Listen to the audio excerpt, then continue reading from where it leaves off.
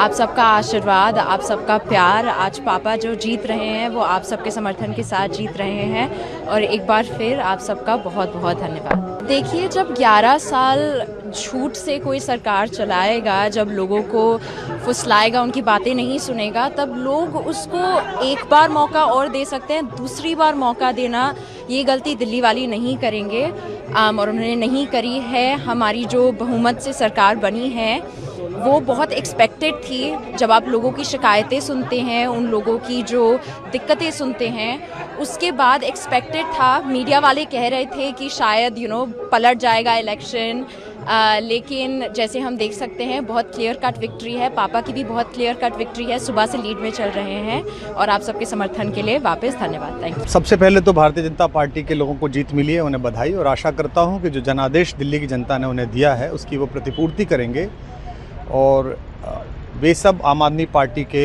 लाखों करोड़ों कार्यकर्ता जो अन्ना आंदोलन से आए, जिनके बहुत ही निश्चल, निष्पाप और बड़े भारत की राजनीति को बदलने के सपने की हत्या एक निर्लज्ज, नीच, मित्रहंता, आत्ममुग्ध और चरित्रहीन व्यक्ति ने की, उसके प्रति तो क्या संवेदना। दिल्ली को उससे मुक्ति मिली और मैं ये जानता हूँ कि अब जो आम आदमी पार्टी में लोग बच गए थे सत्ता के लोभ में, लालच में, पदों के लिए, उस पैसे के चक्कर में, वे सब भी अब वापस जाएंगे, लौटेंगे, कुछ अपने व्यवसायों में लौटेंगे, कुछ पार्टियों में चले जाएंगे और पतन यहाँ से प्रारंभ हुआ है उन लोगों का।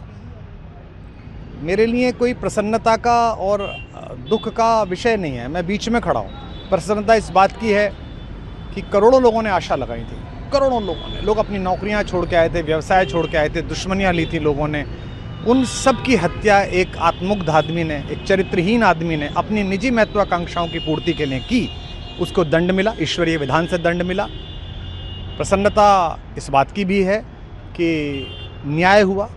आज जब कहना नहीं चाहिए, लेकिन आज टीवी पर जब जंगपुरा का निर्णय आया और सामने दिखाई दिया कि मनीष हार गया, तो सदा तटस्थ रहने वाली और राजनीति से विरत रहने वाली मेरी पत्नी जो है, उसकी आंख में आंसू आ गए, वो रोने लगी, क्योंकि उसी से उसने कहा था कि अभी तो है ताकत, और उसने कहा था भैया ताकत सदा तो नहीं रहती। तो ये अहंकार आशा करता हूँ अगले लोग नहीं करेंगे, जो बाकी दल है वो नहीं करेंगे, इससे सबक लेंगे। और दिल्ली के नागरिकों को मैं अच्छे शासन के लिए बधाई देता हूँ। अब भारतीय जनता पार्टी अपने नेतृत्व में सरकार बनाकर दिल्ली के जो दुख थे पिछले 10 वर्ष के, उन्हें दूर करे। और आम आदमी पार्टी के समस्त कार्यकर्ताओं को कहता हूँ कि आपने जिस किसी भी लोभ लालच में, सब कुछ जानते हुए एक ऐसे व्यक्ति के समर्थन में काम किया जिसने अपने मित्रों की पीठ में झुरा घोंपा, गुरु को धोखा दिया, अपने साथ कंधे से कंधा मिला के लड़ने वाली महिलाओं को अपने घर ला के पिटवाया, अपनी निजी सुख और साधन के लिए जनता का पैसा खर्च किया, अब उससे आशा लगानी छोड़ें, अब बाहर निकलें, अपना अपना जीवन देखें। मुझे राघवेंद्र सरकार राम की कृपा मिली, जिनका ये घर है, जिनकी कृपा से मैं यहाँ खड़ा हूँ। मुझ पर कृष्ण कृपा हुई कि मैं इस निर्लज्ज सर्कस से बाहर आ सका। मैं उन सब से भी अच्छे भविष्य की कामना करता हूँ कि वो कोई गंदगी ना फैलाएं कहीं भी, वो लौट जाएं अपने शिविरों में। जिस तरह माधव को, कृष्ण को दूत देखकर भी भरी सभा में अट्टहास करने वाला दुर्योधन जो ये कहता था सुचिग्रम नैव दास्यामि बिना युद्धे न केशवः, बिना युद्ध के 5 गांव भी नहीं दूंगा, आज वो अपनी सीटों के लिए तरस रहा है। और मुझे पता है कि इस दुर्योधन का अंत भी टूटी हुई जंघा के साथ बड़ा ही दारुण होगा और भारतीय राजनीति एक कलंकित अध्याय के रूप में इस बौने दुर्योधन को और इसके दरबार के तमाम शकुनियों को याद करेगी।